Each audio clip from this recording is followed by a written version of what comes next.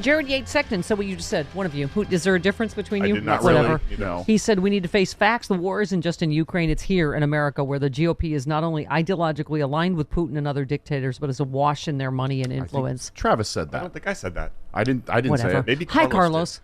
Let me tell you something, Stephanie. Vladimir and the oil companies and I are going to build a war, and America's going to pay for it, okay? Wait a minute. That came out wrong. Nothing would surprise us. We were saying that, right? Trump said to Putin, it'd be good is if you could start a war, make Biden look bad. I win in 24 again. You get everything you want. I'll just give you all of it. What else do you want? What else do you want? Latvia? Poland? You got it. I tried to get rid of NATO for you. I know you gave me the soccer ball. I tried to give you NATO. I know. I was really working hard. Oh, wait. Soccer ball for NATO. Oh, my God. He can't even shut his pie hole for 2 seconds. Right after Zelensky's speech, Trump reacted to the speech by bragging that he had threatened not to protect NATO countries, arguing he strengthened NATO by threatening to undermine the alliance. What? By threatening them like a mobster. He's that right. Somehow, something. He always injects himself in the middle of everything with completely revisionist bull. Yes. Why it kills me to have my daughter stand for the Pledge of Allegiance when a stooge like that still has a chance in this country after January 6th and everything he's done. Right. I pledge allegiance. I need some deals. I need horror, cheating to the flag. I need to kill people. I need a war. Oh, my God. There's only one thing we all can agree on. Daylight savings time sucks. And they just passed. Wow. The Senate surprisingly passes a bill to make daylight savings time permanent. Unanimous. What ever gets... In fact, Kirsten Sinema celebrated its passage with an emphatic yes, as her state does not participate in it. Yeah. Really? Now you're being cooperative. Well, Arizona's going to remain on standard time all year round, while the rest of us remain on daylight time. There you go. Yeah, so there'll always be an hour ahead. Because she needs to be quirky and eccentric. Well, as I tweeted, Stephanie, daylight savings time 1, planet savings time 0. Yeah. Hey, yeah. There you go. Oh, that's deep, Carlos. There you go. All right. Oh, Malcolm Nance says, please help John Aravosis get his 100,000 followers back on TikTok. He was taken down by Russian troll complaints. Yes, help our friend. Whatever you kids do with your TikTok, do it. I only did one and then I gave up. Oh. All right, Carlos. Well, you got to make fresh content every day. What's going on?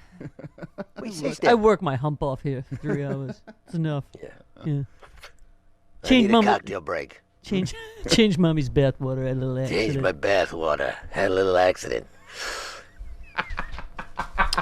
All right. Can I just say, Zelensky spoke and got a unanimous standing ovation. Oh, except for Marjorie Taylor Greene, who didn't clap. But she stood. She just didn't ovate. Yeah, sure. Okay. Paul Krugman called out House Minority Leader Kevin McCarthy for using the price of gas to attack Joe Biden, saying it is yet one more example of the Republican leader's dishonesty. McCarthy tweeted, "These are not Putin gas prices. These are President Biden gas prices." Krugman said this particular statement seemed important because it involves a lie that has a direct bearing on how America will respond to Russia's invasion of Ukraine, labeling McCarthy's assertion false. He said, aside from the crassness of McCarthy's attempt to blame Biden for something that really truly isn't his fault, a surge in the prices of oil and other commodities as a consequence of both Russian aggression and of the West's retaliation with economic sanctions. So oil has dropped to under $100 a barrel. Where's the story about the gas prices being the same because of price gouging by oil companies?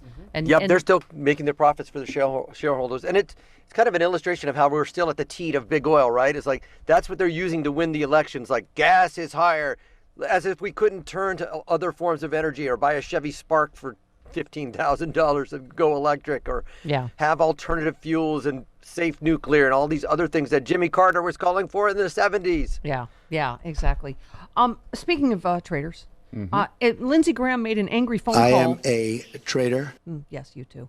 He made an angry phone call to White House counsel Pat Cipollone on January 6th in which he raised the prospect of the 25th Amendment being invoked if Trump did not strongly denounce the mob attacking the Capitol. He said, "We'll be asking you for the 25th Amendment," he said to Cipollone, on the condition if Trump didn't condemn the rioters. He went so far as to suggest that Joe Biden was the right man for this time. He said, how can you get mad at Joe Biden? He's just... It makes him almost worse that he's just he flip-flops like a fish, right? And then he's back groveling at Mar-a-Lago and to Trump when, anyway. Okay. Maybe he just had a really good night at the club and he's feeling, you know what, I'm going to come out and just be me, and then I'm going to say these nice things about Biden, and like, oh no, the guy's married. so forget it. I'm going to Okay. go back into Mar-a-Lago. Mar-a-Lago. He's married. That was just a little trick on the side. Okay. Speaking of this party I just got to meet Representative Raphael Warnock this weekend, who is as fantastic as you would think he is. Yep. First of all, can I just say how inherently racist I feel like the Republican Party is just by going, we have a black guy, and so it's Herschel Walker, which I'm like, oh my God. Oh my God. First of all, we already have a Senator Football McDump in, what's his name, Tuberville. Like, we need another dumb football player, right? But they just are like, you can say, oh, look, we're not racist. We have a black guy. And he, first of all, his whole history, domestic violence, whatever, you name it. Yeah, But also, all he does he's- is push-ups and hit people. He's dumb as a stump. He just questioned the theory of evolution by pointing to the existence of apes. Oh my God. Yeah. It's like the dumbest dumb arguments ever, right? He said, remember Adam was there, and then Eve came. And so somebody had to start it out. So that means there had to be a God. It wasn't Oh my it God. wasn't just some bomb blew up and started it out. Then I'll tell you something else I heard. Now you think about this, because at one time science said that man came from apes, did it not? Well, if that's true, why are there still apes? Oh, God. Oh, no. That's not how evolution works. No. He said, think about it. No, think about this. We have evolution that is, if we've gotten so intelligent, who are you saying we, Kimosabi? Some of us. Yeah. That if that's true, why are there still apes? It may surprise him to learn that humans are, in fact, apes or great apes, as they are members of the same family of primates. But Yes. okay, the existence of other kinds of apes is not a point against evolution. If anything, is indicative of the way the populations of species can change over time, sometimes into new species. A poll last month Stephanie? shows Walker with a huge lead in the Republican primary, which means he would run against Senator Warnock.